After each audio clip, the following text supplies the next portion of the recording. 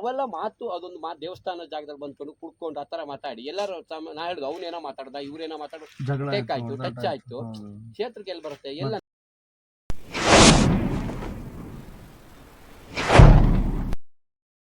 ನಾನು ಕ್ಯಾಮ್ರಾ ಇತ್ತು ಎಲ್ಲ ಇತ್ತು ವಿಡಿಯೋ ಕ್ಯಾಮ್ರಾ ಎಲ್ಲ ಇದೆ ಕ್ಯಾಮ್ರಾ ಮಠ ನೋಡ್ತಾನೆ ಇರುತ್ತೆ ಅವ್ನೇನು ಮಾತಾಡ್ದ ನಾನೇನ್ ಹೇಳ್ದೆ ಅವ್ನು ಯಾಕೆ ಅವ್ನಿಗೆ ಜೋರ್ ಮಾಡ್ದೆ ಅಂತ.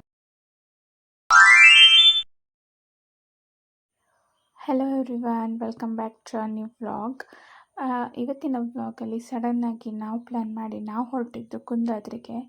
ಆದರೆ ಅರ್ಧ ದಾರಿಲಿ ನಮ್ಮ ಪ್ಲ್ಯಾನ್ ಕ್ಯಾನ್ಸಲ್ ಆಯಿತು. ಯಾಕಾಯಿತು ಅನ್ನೋದನ್ನು ಈ ವಿಡಿಯೋದಲ್ಲಿ ಫುಲ್ ಹಾಕಿದ್ದೀನಿ ನೋಡಿ.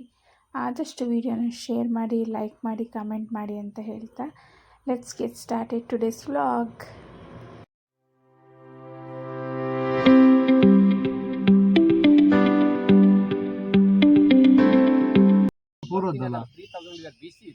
ಇದು ಯಾವ ದೇವಸ್ಥಾನ ಯಾವ ಮಠಕ್ಕೆ ಸಂಬಂಧಪಡುತ್ತೆ? ಟೂರಿಸ್ಟ್ ಪ್ಲೇಸ್ ಒಂದು ಜೈನರಿಗಾಗಿ ಸೀಮಿತ ಇದು. ಎಲ್ಲ ನಿಮಗೆ ಮೂಡಿಬಿದ್ರಲ್ಲೂ ಬಿಡಲ್ಲ, ಕಾರ್ಕಳದಲ್ಲೂ ಒಳಗಡೆ ಬಿಡಲ್ಲ. ಇಲ್ಲಿ ದೂರದಿಂದ ಬಂದ್ರೆ ನಾವು ಬಿಡ್ತೀವಿ. ಎಲ್ಲ ಸರ್ವಧರ್ಮ ತತ್ವ ಈ ವೀರೇಂದ್ರ ಹೆಗ್ಗಡೆಯವರು ಹೇಗೆ ಸರ್ವಧರ್ಮ ಎಲ್ಲ ಹೋಗ್ತಾರೆ ಬರ್ತಾರೆ. ಬಟ್ ಅಲ್ಲಿ ಏನಾಗುತ್ತೆ, ಎಲ್ಲೋ ಒಂದ್ ಸ್ವಲ್ಪ ಜನ ಈ ಮಸ್ತಿ ಮೊನ್ನೆ ಒಂದು ಸೌತ್ ಹೇಳಕ್ಕೆ ಸೌತ್ ಸ್ವಲ್ಪ ನೇಮ ಇದ್ದಾರೆ. ಸೌತ್ ಸ್ವಲ್ಪ ನೇಮ ನಿಷ್ಠೆ ಇರ್ತಾರೆ.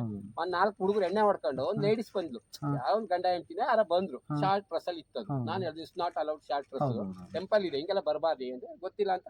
ಅವ್ರು ಹೆಂಗ್ ಕಿಂಡಲ್ ಮಾಡ್ತಿದ್ರಂದ್ರೆ ಚಡ್ಡಿ ಹಾಕೇಳೋ ಇಲ್ಲ ಹಂಗ್ ನೋಡ್ಬೇಕು ಅವೆಲ್ಲ ಮಾತು ಅದೊಂದು ದೇವಸ್ಥಾನ ಜಾಗದಲ್ಲಿ ಬಂದ್ಕೊಂಡು ಕುಡ್ಕೊಂಡು ಆ ತರ ಮಾತಾಡಿ ಎಲ್ಲರೂ ನಾ ಹೇಳಿದ್ರು ಅವನೇನೋ ಮಾತಾಡ್ದ ಇವ್ರೇನೋ ಮಾತಾಡೋ ಟೇಕ್ ಆಯ್ತು ಟಚ್ ಆಯ್ತು ಕ್ಷೇತ್ರಕ್ಕೆ ಎಲ್ಲಿ ಬರುತ್ತೆ ಎಲ್ಲ ಅಂತ ಅಂತ ಹೇಳ್ತಾರೆ. ಅವ್ರು ನೋಡ್ಕೋಬೇಕು. ಒಂದು ಹೆಣ್ಮಕ್ಳು ಇರ್ತಾಳೆ, ಅವ್ರು ಹೇಗೆ ಬಂದಿದ್ರು ನಾವ್ ಹೇಳಿದ್ರು ಯಾವ ಗೌರ್ಮೆಂಟ್ ಯಾವ ಡಿ ಸಿ ಹೇಳಿ ನಾನು ಮಾತ್ರ ಉತ್ತರ ಕೊಡ್ತೀನಿ ಅವ್ರಿಗೆ. ಆಮೇಲೆ ಆ ಹುಡುಗರು ಕುಡ್ಕೊಂಡು ಕಳ್ಸ್ಬೇಕಾದ್ರೆ ನಂಗೆ ಸಾಕಾಗ್ಬಿಡ್ತು. ಆ ಹುಡುಗರು ಟೈಟ್ ಆಗ್ಬಿಟ್ಟು ಉಡುಪಿ ಕಡೆ 4 ಹುಡುಗರು, ಒಬ್ಬ ಯೂನಿಫಾರ್ಮ್ ಗಾಡಿ ಡ್ರೆಸ್ ಹಾಕಲ್ವಾ ಶರ್ಟ್ ಆ ತರದ್ ಹಾಕೊಂಡ್ ನಾನು ಏನ್ ಹೇಳ್ದೆ ಅವ್ನು ಯಾಕೆ ಅವ್ನಿಗೆ ಜೋರ್ ಮಾಡ್ದೆ ಅಂತಾನು ಗೊತ್ತಿರುತ್ತೆ. ಅಲ್ಲೆಲ್ಲ ಫ್ಯಾಮಿಲಿ ಬಂದವರು ನೋಡ್ರು ಅವ್ರು ಯಾವ ತರ ಮಾಡ್ತಿದ್ರು ವೇಷಗಳು ಅಂತ. ಒಂದು ಹುಡುಗಿ ಬಂದ್ಲು, ಬಟ್ ಬಂದಾಗ ಅದನ್ನ ಅವ್ರು ಹೇಳ್ಬೇಕು ಹಿಂಗೆಲ್ಲ ಬರ್ಬೇಡ ಅಂತ ಹೇಳಿ ಕಳ್ಸ್ಕೊತ್ ಬಿಟ್ರೆ ಅವ್ರನ್ನ ನೋಡ್ಕೊಂಡು ಕಿಂಡಲ್ ಮಾಡೋದು ಇವೆಲ್ಲ ಮಾಡ್ಕೋಬಾರ್ದು. ಈಗ ನಾನ್ ಜೋರ್ ಮಾಡ್ತೀನಿ, ಹಂಗೆಲ್ಲ ಬರ್ಬೇಡಪ್ಪ ನೀನು ಹುಡುಗಿ. ಈಗ ನಮ್ಮ ಮಗಳಾದ್ರೂ ನಾವು ಶಿಸ್ತಲ್ಲೇ ಕರ್ಕೊಬರ್ತೀವಿ. ನಮ್ಮ ಮಗಳು ಕರ್ಕೊಂಡ್ಬಂದಿನಿ ಬೆಟ್ಟಕ್ಕೆ 3 ವರ್ಷ ಚಿಕ್ಕ ಮಗುದ ಕರ್ಕೊಬರ್ತಿದ್ದೇನೆ, ನಡ್ಕೊಬರ್ತಿದ್ದೆ ಕರ್ಕೊಬರ್ತಿದ್ದೆ. ಯಾಕೆ ಕರ್ಕೊಬರ್ತೀನಿ ಅಂದ್ರೆ ಅವ್ರಿಗೆ ಒಂದು ಆಸೆ ಇರುತ್ತೆ, ಕರ್ಕೊಬರ್ತೀವಿ. ಶಾರ್ಟ್ ಡ್ರೆಸ್ ಅಲ್ಲಿ ಶಾರ್ಟ್ ನಿಮಗೆ ಡ್ರೆಸ್ ಅಲ್ಲಿ ಹೇಳ್ತಿದೆ ಹಾಕೊಂಬ ಚಿಕ್ಕ ಮಕ್ಕಳು ಕುಡಿಯೋ ಮಕ್ಳಿಗೆ ಗೊತ್ತಾಗಲ್ಲ ಬಿಡಿ. ಈ ಸಾಧಾರಣ ಸ್ವಲ್ಪ ಬುದ್ಧಿ ತಿಳಿತಂದ್ರೆ ಮಕ್ಕಳು ಅವ್ರಿಗೆ ಗೊತ್ತಿರುತ್ತೆ ಹೆಂಗ್ ಬರ್ಬೇಕು ಅಂತ. ಈಗ ನೋಡಿ ಈ ಶೃಂಗೇರಿ ಮಠಕ್ಕೆ ಈಗ ನಾನೇ ಪ್ಯಾಂಟ್ ಹಾಕೊಂಡೋದ್ರು ಬಿಡಲ್ಲ. ನಮ್ಗೆಲ್ಲಾ ಪರಿಚಯ ಇದೆ, ಎಲ್ಲಾ ಗುರ್ತಾ ಇದೆ. ಆ ಗುರುಗಳದು ಪರಿಚಯ, ಗುರುಗಳು ಬರ್ತಾ ಇರ್ತಾರೆ. ಈಗ ಶೃಂಗೇರಿಗೆ ಪ್ಯಾಂಟ್ ಹಾಕೋಂಗಿಲ್ಲ, ಪ್ಯಾಂಟ್ ಒಂದ್ ಸ್ಟೆಪ್ ಇರ್ತಾರೆ ನಿಮ್ಗೆ. ಬರ್ಬೋದು. 2ನೇ ಸ್ಟೆಪ್ ನೀವು ಹೋಗ್ಬೇಕಾದ್ರೆ ಪಂಚೆ ಇಲ್ಲಿ ಇದ್ದಾರೆ. ಅವರು ಕೆರೆ ಕಲ್ಲೊಡಿತಾ ಇದ್ರು.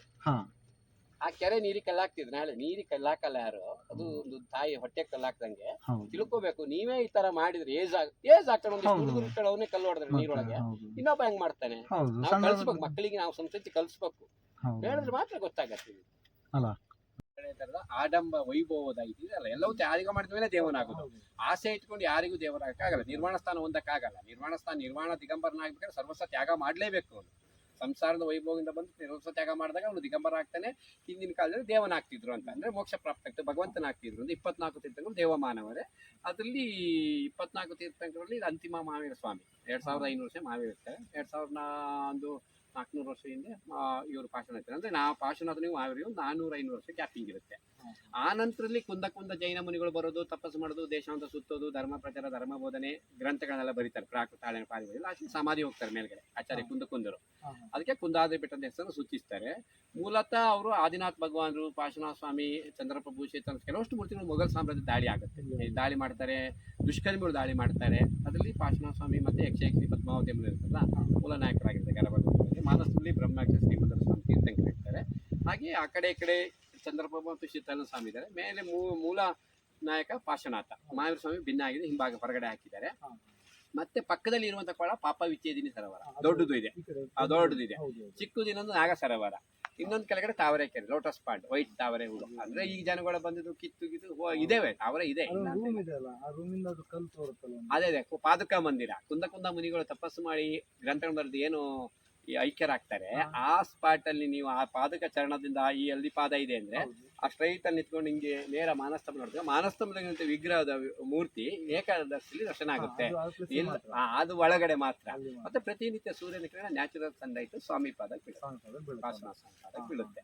ಅಂದ್ರೆ ಅವಾಗೆಲ್ಲ ಏನಾಗಿತ್ತು, ಜನ ಇರ್ಲಿಲ್ಲ, ರೋಡ್ ಇರಲಿಲ್ಲ, ತುಂಬಾ ಕಷ್ಟ. ಹಿಂದೆ 200-300 ಜನ ವರ್ಷಕ್ಕಾಗೋದು.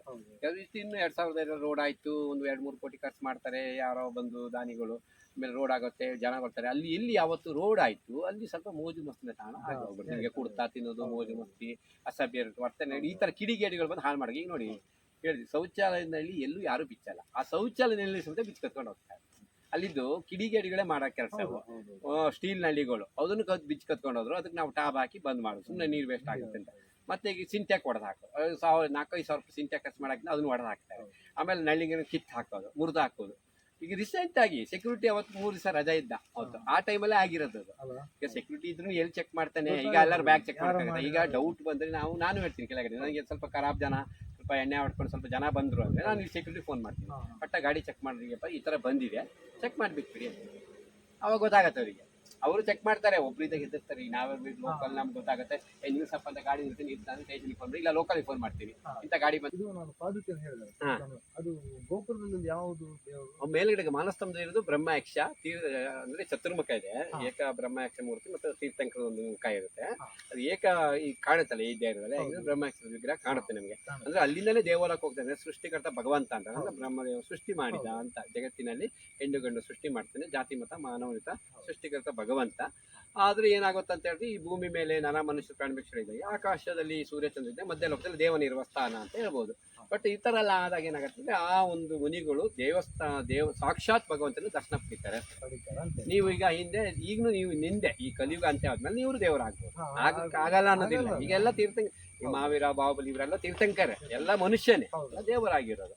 ಯಕ್ಷಿಣಿ ಆಗಿರೋದು ಜಗತ್ತಿನಲ್ಲಿ 333 ಕೋಟಿ ದೇವಾನ್ ದೇವತೆಗಳು, ಭೂತ ಪೇತಗಳು ಇರ್ತಾವಲ್ಲ, ಇವೆಲ್ಲರೂ ಒಂದೊಂದು ತೀರ್ಥಂಕರಿಗೆ ಯಕ್ಷಿಣಿ ಗಣದರಾಗಿರ್ತಾರೆ.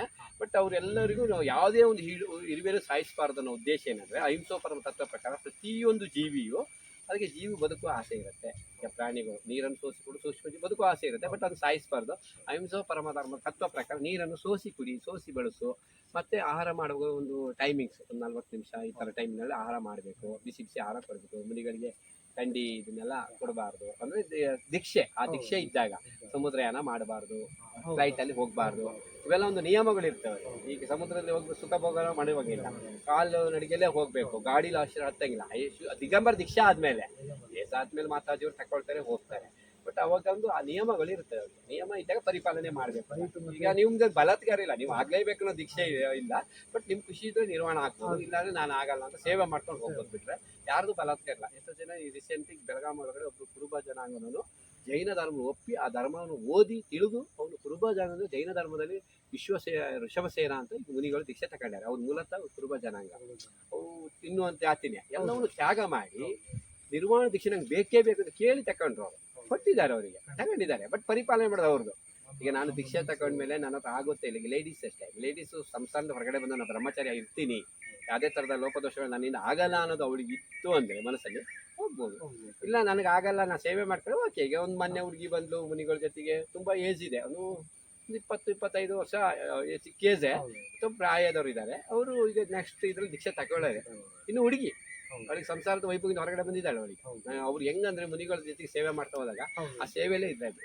ಈಗ ನೀವೊಂದು 10 ದಿವಸ ಹೋದ್ರೆ ನಿಮ್ಗೆ ಆಹಾರ ಚಿಂತೆ ಯಾವುದೂ ಇರಲ್ಲ. ಅವ್ರು ಸೇವೆ ಮಾಡೋಣ ಹೋಗೋಣ ಅಂದ್ರೆ ಅಷ್ಟೇ. ಈಗ ಆ ಆಟೋಮೆಟಿಕ್ ಆ ಪರಿವರ್ತನೆ ಅದ್ರಲ್ಲಿ ಆಗುತ್ತೆ. ಎಷ್ಟೋ ಜನ ಮಲೆನಾಡಲ್ಲಿ 45 ಲಕ್ಷ ಜನ ಜೈನಿಸಮ್ ಇತ್ತು ಅಂತ ಹಿಂದೆ. ಕ್ರಿಸ್ತಪುರದಲ್ಲಿ 45 ಲಕ್ಷ ಜೈನರಿದ್ರೆ ಹಿಂದೂಸಮ್ ಕನ್ವರ್ಟೆಡ್ ಆಗಿದ್ದಾರೆ. ಈಗೆಲ್ಲ ಹಿಂದೂಸಮ್ ಒಕ್ಕಲಿಗೌಡ ಆಗಿದ್ದಾರೆ. ಮೂಲತಃ ಜೈನ ಹೇಳಿರ್ತಾರೆ, ಬರ್ತಾರೆ, ಪೂಜೆ ಪುನಸ್ಕಾರ ಪಾಲ್ಗೊಳ್ತಾರೆ. ಅಹಿಂಸಾ ತತ್ವ ಅವರು ನಿಯಮ ಮಾಡ್ತಾರೆ. ಈಶ್ವರ ನಾಮ ಪಾಶನ ಅಂತ ನಿಮ್ಗೆ ಈಶ್ವರ ಆಗ್ತದೆ, ನೀನು ಪದ್ಮಾವತಿ, ನಮಗೆ ಸರಸ್ವತಿ, ಲಕ್ಷ್ಮೀ ದೇವಿ. ನಮಗೆ ಪಾಶನತ್ತ ಪದ್ಮಾವತಿ, ಜ್ವಾಲಾಮಲಿ, ಕುಷ್ಮಾಣ, ಸಿದ್ಧಾಂತ, ಚಕ್ರೇಶ್ವರ ಅಂತ 5 ಅಕ್ಕ ತಂಗಿಯರು ಇರ್ತಾರಲ್ಲ, ಇವೆಲ್ಲ ತೀರ್ಥಂಕರಗಳು ಯಕ್ಷಯಕ್ಷಿಗಳು ಇರ್ತಾರೆ. ಹಿಂದೆ ಕ್ರಿಸ್ತಪುರದಲ್ಲಿ ಅಂದ್ರೆ ಏಕವಲ್ಲಿ ಯಾವುದೇ ಒಂದು ಯಕ್ಷಯಕ್ಷಿನ ಸಪೋರ್ಟ್ ತಗೊಳ್ಳದೇನೆ ನಿಮ್ಗೆ ದೇವನ ಆಗ್ತಿದ್ರು ಅಂತ. ಕ್ರಿಸ್ತಪುರದಲ್ಲಿ ತೀರ್ಥಂಕರಿಗೆ ಯಕ್ಷಯಕ್ಷಿಗಳಿಂದ ಗಣಧರ ಇರ್ತಿದ್ರು ಅಷ್ಟೇ. ಯಕ್ಷಯಕ್ಷಿಣಿ ಇರಕ್ಕಿರ್ಲಿಲ್ಲ. ಈ ತೀರ್ಥಂಕರಿಗೆ ಟಚ್ ಇಲ್ಲ, ಯಾವ ಯಕ್ಷಯಕ್ಷಿಣಿ ಇಲ್ಲ, ಯಾಕಂದ್ರೆ ಬ್ರಹ್ಮಚಾರಿ ಆಗಿರ್ತಾರಲ್ಲ. ಈಗ ಏನಾಗಿದೆ, ಈಗಿನ ಇದ್ರಲ್ಲಿ ನಿಮ್ಗೆ ಯಕ್ಷಯಕ್ಷಿಣಿ ಗಣಧರ ಇರ್ತಾರೆ ಅಂದ್ರೆ ಸೇವಕರಾಗಿರ್ತಾರೆ. ಈಗ ಮುನಿಗಳಿಗೆ ಸೇವೆ ಮಾಡೋ ಲೇಡೀಸ್ ಇರ್ತಾರಲ್ಲ, ಗಂಡಸರು ಇರ್ತಾರೆ ಹೌದಾ. ಈಗ ಲೇಡೀಸ್ ಮಾತಾಜಿ ಇದ್ರೆ ಅವ್ರ ಜೊತೆ ಗಂಡಸರು ಇರ್ತಾರಲ್ಲ ಸೇವೆ, ಬರೀ ಲೇಡೀಸೇ ಇರಲ್ಲ. ಬಟ್ ಅವರವರು ಒಂದು ಇದ್ರಲ್ಲಿ ಬಾಂಧವ್ಯದಲ್ಲಿ ಒಂದು ಹೊಂದ್ಕೊಂಡು ಹೋಗ್ತಾರೆ. ಈಗ ಮುನಿಗಳು ಸೇವೆ ಮಾಡ್ತಾ ಇರ್ತಾರೆ, ಮುನಿಗಳು ದಿಗಂಬರ ಮುನಿಗಳ ಜೊತೆಗೆ ಲೇಡೀಸ್ ಎಷ್ಟೋ ಜನ ಇರ್ತಾರೆ. ಆ ಒಂದು ಏನಾಗುತ್ತೆ ಅಂದ್ರೆ ಆ ಪರಿಜ್ಞಾನದಿಂದ ಪರಿಕಲ್ಪನೆಯಿಂದ ಹೊರಗಡೆ ಇರ್ತಾರೆ ಅಷ್ಟೇ. ಕಾಮ ಎಲ್ಲವೂ ತ್ಯಜಿಸಿರ್ತಾರೆ, ಯಾವುದೋ ಒಂದು ಆಸೆ ವೈಭೋಗದಲ್ಲಿ ಇರಲ್ಲ ಅಷ್ಟೇ. ಒಳ್ಳೆ ರೀತಿಲಿ ನೋಡ್ತಾರೆ, ಹೋಗ್ತಾರೆ, ಆಶೀರ್ವಾದ ಕೊಡ್ತಾರೆ, ಆದ್ರೆ ನಡೀತಾರೆ, ಇಲ್ಲ ಅಂದ್ರೆ ಗಾಡಿ ಹತ್ಕೊಂಡು ಹೋಗ್ತಾರೆ. ಲೇಡೀಸ್ ಜೆಂಟ್ಸ್ ಹಂಗ ಹತ್ತಲ್ಲ. ಜೆಂಟ್ಸ್ ನಿಮ್ಗೆ ದೀಕ್ಷೆ ತಕೊಂಡು ಪೇಂಚ್ ತಗೊಂಡು ಬಂತು ಅಂದ್ರೆ ಅವ್ರು ನಡ್ಕೊಂಡೇ ಹೋಗ್ಬೇಕು, ಇಲ್ಲ ಸಮಾಧಿ ಮಾಡ ಹೋಗ್ಬೇಕು. ನಡಿಲ್ಲ ಸಮಾಧಿ ಮಾಡ ಹೋಗ್ತಾರೆ. ಎಲ್ಲ ಯಮಸಲ್ಲ, ಯಾಕಂದ್ರೆ ವೃತ ತಗೊಳ್ತಾರೆ. ನಡಿಕಾಗಿಲ್ಲ, ಹುಷಾರಿಲ್ಲ, ನಾನು ಅಲ್ಲೇ ವೃತ ತಗೊಂಡ್ಬಿಡ್ತಾರೆ. ಉಪವಾಸ ವೃತ್ತ ಸಮಾಧಿ ಹೋಗ್ತಾರೆ. ಗಾಡಿ ಹತ್ತಂಗಿಲ್ಲ ಅವರು. ಇನ್ನು ಅವರು ಅಗ್ನಿ ಇದಾಲ ಆದ್ಮೇಲೆ ಅವರು ವಿಭೂತಿನ ಅವ್ರವ್ರ ಊರಿಗೆ ಬೇಕಾದ್ರೆ ತಗೊಂಡೋಗ್ಬಿಟ್ಬಿಟ್ರೆ, ಕೆಲವರು ಮಾಡಿದ್ರೆ ಇಲ್ಲೇ ತೀರ್ಕೊಂಡ್ಬಿಟ್ರೆ ಇಲ್ಲೇ ಇದ್ ಮಾಡ್ಬಿಡ್ತಾರೆ. ಅವರಿಗೆ ಹೋದಲ್ಲೇ ಮರ ಹುಡ್ತಾರೆ ಮರಣ. ಈಗ ಮನುಷ್ಯ ಹೋದಲ್ಲೇ ಮರಣ. ಬಟ್ ಅವ್ರದ್ದು ಅಲ್ಲೇ ತಗೊಳ್ಳಿಲ್ಲ ಅಂದ್ರೆ ಬಾಡಿ ನೀಡಂಗಿರಲ್ಲ. ಬಟ್ ನಿಮಗೆ ಬೆಳಗ್ಗೆ ತೀರೋದ್ರೆ ಸೂರ್ಯಕಂತದೊಳಗೆ ತೆಗಿಬೇಕು. ಸೂರ್ಯಕಂತದೊಳಗೆ ತೆಗಿಬೇಕು. ತೆಗೆದು ಬಿಡ್ಬೇಕು. ನಿಮ್ಗೆ ಯಾರು ತೀರೋದ್ರು ಎಲ್ಲ ಉಬ್ಬತ್ತಿ ತಗೊಂಡೋಗ್ತಾರೆ. ಅದು ತಗೊಂಡೋಗ್ತಾರೆ ನಿಮ್ಮೂರಿಂದ ಮನೆಗೆ ತಗೊಂಡೋಗಲ್ಲ, ಮನೆಯಿಂದ ಹೊರಗೆ ಬಂದಿರ್ತಾರೆ. ಸಂಸಾರದಲ್ಲಿ ವೈಭೋಗ ಇಲ್ಲ ನಿಮಗೆ, ಹೊರಗಡೆ ಬಂದು ತಗೊಂಡೋಗ್ತಾರೆ. ಕೇಂದ್ರ ಸರ್ಕಾರದಿಂದ ಇಲ್ಲಿ ಪ್ರತಿನಿತ್ಯವೂ ಪ್ರವಾಸಿಗರು ಮತ್ತೆ ಧಾರ್ಮಿಕ ದೃಷ್ಟಿಯಲ್ಲೂ ಬರುವಂತ ಭಕ್ತಾದಿಗಳು ಮತ್ತು ಪ್ರವಾಸಿಗರು ಬರೋ ಉದ್ದೇಶದಲ್ಲಿ ಇಲ್ಲಿ ಸದಾಕಾಲ ಒಂದು ಸೆಕ್ಯೂರಿಟಿ ನೇಮಿಸುವಂತ ಒಂದು ಆಸೆ ನಮಗೆ ಸದಾ ಇರುತ್ತೆ. ಈಗಾಗಲೇ ಈ ಡಿಸ್ಟಿಕ್ ಕಮಿಷನರ್, SP, DC ಎಲ್ಲ ಆದೇಶ ಮಾಡಿದ್ದಾರೆ. ಬಟ್ ಸರಿಯಾಗಿ ಡ್ಯೂಟಿ ಮಾಡ್ತಾ ಇಲ್ಲ ಇಲ್ಲಿ. ಆ ಉದ್ದೇಶ ನಮ್ಮ ಮಠದ ಸ್ವಲ್ಪ ಗಮನದಿದೆ. ಇನ್ನೂ ಜಾಸ್ತಿ ಅವರಿಗೆ ಪ್ರವಾಸಿಗರಿಗೆ ಹಿತದೃಷ್ಟಿಯನ್ನು ಮೈನ್ ಆಗಿ ಪ್ರವಾಸಿಗರು ಬರುವಾಗ ಹಿತದೃಷ್ಟಿ, ಡ್ರಿಂಕ್ಸ್, ಮೋಜು ಮತ್ತು ನಾನ್ ವೆಜ್ ಯಾವುದು ಅಲೋಡ್ ಮಾಡೋದೇನೆ ಶಿಸ್ತನ್ನು ಪರಿಪಾಲನೆ ಮಾಡಿ ಧಾರ್ಮಿಕ ಕ್ಷೇತ್ರಕ್ಕೆ ಬರುವಂತ ಒಂದು ಅವಕಾಶ ಮಾಡಿಕೊಡ್ಬೇಕಾಗಿ ನನ್ನಲ್ಲಿ ಒಂದು ಆಸೆ. ಯಾಕೆಂದ್ರೆ ಇದು ಒಂದು ರೋಡ್ ಇದೆ. ಈಗ ಸಾಧಾರಣ ರಸ್ತೆ ಮಳೆ ಬಂದರೆ ರೋಡ್ ಓಡಾಡಕ್ಕಾಗಲ್ಲ. ಸರ್ಕಾರದ ಸಮೇತ ಈ ರೋಡನ್ನು ಮಾಡಿಕೊಡ್ಬೇಕು ಮತ್ತು ಪ್ರವಾಸಿಗರಿಗೆ ಅನುಕೂಲ ಆಗುವಂತ ವ್ಯವಸ್ಥೆ ಅಂದ್ರೆ ಶೌಚಾಲಯ ಇರ್ಬೋದು, ಪಾರ್ಕಿಂಗ್ ವ್ಯವಸ್ಥೆ ಇರ್ಬೋದು, ರೋಡಿನ ವ್ಯವಸ್ಥೆ ಇರ್ಬೋದು, ಇದು ಸದಾಕಾಲ ಆಗಬೇಕು. ಈಗ ತರಣ 3000 ಇಯರ್ BC ಕ್ರಿಸ್ತಪುರದಲ್ಲಿ ಜಿನಮಂದಿರ ಇರೋದ್ರಿಂದ ಒಂದು ಪುರಾತನ ಕಾಲದ್ದು ಆಸೆ ಇರುತ್ತೆ. ಈಗ ನಿಮಗೂ ಆಸೆ, ಎಲ್ಲರಿಗೂ ಆಸೆ ಇರುತ್ತೆ ನೋಡುವಂಥದ್ದು. ಅಲ್ಲಿ ಏನಂದ್ರೆ ಅಸಭ್ಯತ ವರ್ತನೆಗಳನ್ನಾಗದೆ ಧಾರ್ಮಿಕ ಭಾವನೆಯಲ್ಲೇ ಬಂದು ಅದು ಪ್ರವಾಸಿ ತಾಣ, ಒಂದು ಧಾರ್ಮಿಕ ಕ್ಷೇತ್ರ ಪ್ರವಾಸಿ ತಾಣ ಆಗದೆ ಧಾರ್ಮಿಕ ರೀತಿಯಲ್ಲೇ ನಡ್ಕೊಂಡು ಹೋಗಿ ಜನಗಳು ಒಂದು ದರ್ಶನ ಪಡ್ಕೊಳ್ಳಿ ಅನ್ನೋದೇ ನಮ್ಮ ಒಂದು ಆಸೆಗಳಾಗಿರುತ್ತೆ. ಅಂದ್ರೆ ಬಂದು ಏನಂದ್ರೆ ಭಕ್ತಾದಿಗಳು ಈಗ ನೀವು ದೂರಿಂದ ಬಂದ್ರಿ, ನೋಡುವಂತ ಆಸೆ ಇರುತ್ತೆ. ಈಗ ಅತಿ ಮಳೆಗೆ ಏನಂದ್ರೆ ಸೆಕ್ಯೂರಿಟಿ ಮೈನ್ ಸಮಸ್ಯೆ ಇರುತ್ತೆ. ನಾವು ಸರ್ಕಾರಕ್ಕೆ ಗಮನ ತಂದಿದ್ದೀವಿ, ಮತ್ತೆ ಈಗ ಲೋಕಲ್ ಜನಗಳು ಸಹಿತ ತುಂಬಾ ಪ್ರಯತ್ನ ಮಾಡಿದ್ದಾರೆ ಇದ್ರ ಬಗ್ಗೆ. ಮೈನ್ ರಸ್ತೆ ನಿಮ್ಗೆ ಏಜ್ ಇದೆ, ನಡ್ಕೊಂಡು ಹೋಗ್ತೀರಾ. ಬಟ್ ಏಜ್ ಆದ್ರೆ ಹಬ್ಬ ಟೈಮಲ್ಲೂ ಕಷ್ಟ. ಜನವರಿ 14 ಮಕರ ಸಂಕ್ರಾಂತಿ ವಾರ್ಷಿಕ ಜಾತ್ರೆ ವಿಶೇಷ ಪೂಜೆ ಇರುತ್ತೆ. ಒಂದು 3000 ಜನ ಸೇರ್ತಾರೆ. ಅದರಲ್ಲಿ 2000 ಜನ ಸರ್ವಧರ್ಮೀರು, 1000 ಜೈನ್ಸ್ ಇದ್ದಾರೆ. ಒಂದು 3 ರಿಂದ 8 ಲಕ್ಷ ರೂಪಾಯಿ ಮಠಾಧೀಶರು ಖರ್ಚು ಮಾಡ್ತಾರೆ. ನಾವು ದಿಗಂಬರ ಜೈನಲ್ಲಿ ಪುರೋಹಿತ ಪಂಡಿತವರನ್ನು ನಾವು ವಂಶಪುರಿಗೆ ಪೂಜೆ ಮಾಡ್ಕೊಂಡ್ಬಿಟ್ಟು ನಮಗೆ ಸಂಬಳ ಅಂತ ಈಗ ಒಂದು 6000 ಚಿಲ್ಲರೆ ಮಠದಿಂದ ಕೊಡ್ತಾರೆ. ರೀಸೆಂಟಾಗಿ 4 ತಿಂಗಳು ಕರ್ನಾಟಕ ಸರ್ಕಾರ ಪ್ರೋತ್ಸಾಹಧನ ಅಂತ ಕೊಟ್ಟಿತ್ತು 6000. ಬಟ್ ಈಗ ತಿರ್ಗಾ ನಿಲ್ಲಿಸಿದೆ ಅದು ಸರ್ಕಾರ. ಈಗ ಚೇಂಜ್ ಆಗಿದೆ ಮುಖ್ಯಮಂತ್ರಿ ಸಮೇತ. ಈಗ ಏನಾಗುತ್ತೆ ಅದನ್ನ ನಾವು ಆಸೆ ಇಡಲ್ಲ.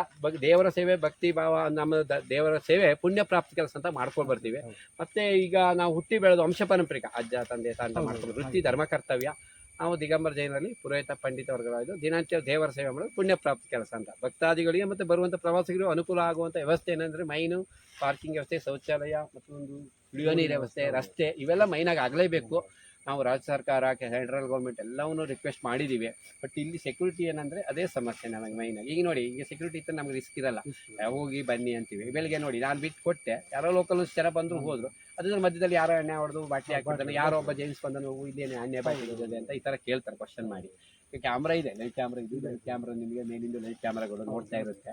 ಬಟ್ ಮನೆ ರಿಸ್ಕ್ ಆದನು, ಎಣ್ಣೆ ಹೊಡ್ಕೊಂಡಿದ್ದಾಗ ರಿಸ್ಕ್ ಆಗಿದೆ. ಹಿಂಗೆ ದೇವಸ್ಥಾನ ಇದು, ದೇವಸ್ಥಾನ ಪಕ್ಕನೇ ಅವ್ರು ಕೂತಿದ್ಲು, ಜಸ್ಟಿಗೆ ಜೆಂಟ್ಸು ಇತ್ತು.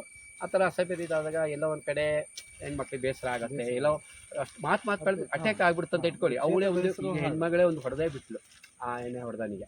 ಅವು ಕೈ ಆಗುತ್ತೆ. ಅವಾಗ ಅವ್ರನ್ನ ಟೀಮ್ ಜಾಸ್ತಿ ಇರುತ್ತೆ. ಅವಾಗ ಏನಾಗುತ್ತೆ, ಎಲ್ಲೋ ಅಂತ ಇಂತಾದಾಗ ಅವ್ನು ಕೇಸ್ ಕಂಪ್ಲೇಂಟ್ ಆಗುತ್ತೆ. ಈಗ ಸೆಕ್ಯೂರಿಟಿ ಆಮೇಲೆ ಸೆಕ್ಯೂರಿಟಿ ಬರುತ್ತೆ, ಅವಾಗ ಬುಡಕ್ ಬರುತ್ತೆ, ಸಬ್ ಇನ್ಸ್ಪೆಕ್ಟರ್ ಬರುತ್ತೆ, ಎಲ್ಲರಿಗೂ ಬರುತ್ತೆ. ಬಟ್ ಅದಾಗಬಾರ್ದು, ಅನ್ನೋದು ಅಂತ ಆಗಬಾರ್ದು. ಬನ್ನಿ ನೆಕ್ಸ್ಟ್ ಬನ್ನಿ. Thank you.